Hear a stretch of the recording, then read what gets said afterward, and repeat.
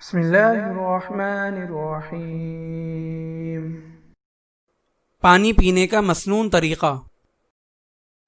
حضرت بحر رضی اللہ تعالی عنہ فرماتے ہیں کہ نبی کریم صلی اللہ علیہ وسلم کی عادت طیبہ تھی کہ مسواک چوڑائی میں فرماتے تھے اور پانی چوس کر پیا کرتے تھے، انڈیلتے نہیں تھے اور 3 سانس میں پیتے تھے، اور فرماتے تھے کہ یہ زیادہ خوشگوار، مزیدار اور بہتر ہے۔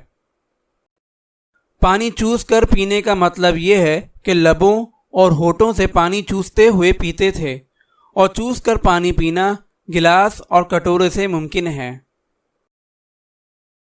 غٹ غٹ پانی پینا منع ہے۔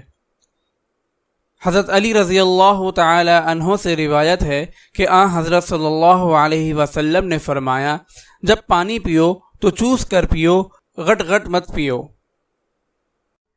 اگر آپ اس صدقہ جاریہ میں شامل ہونا چاہتے ہیں تو چینل کو سبسکرائب کریں اور لائک اور شیئر کرنا نہ بھولیں۔ جزاک اللہ خیرا۔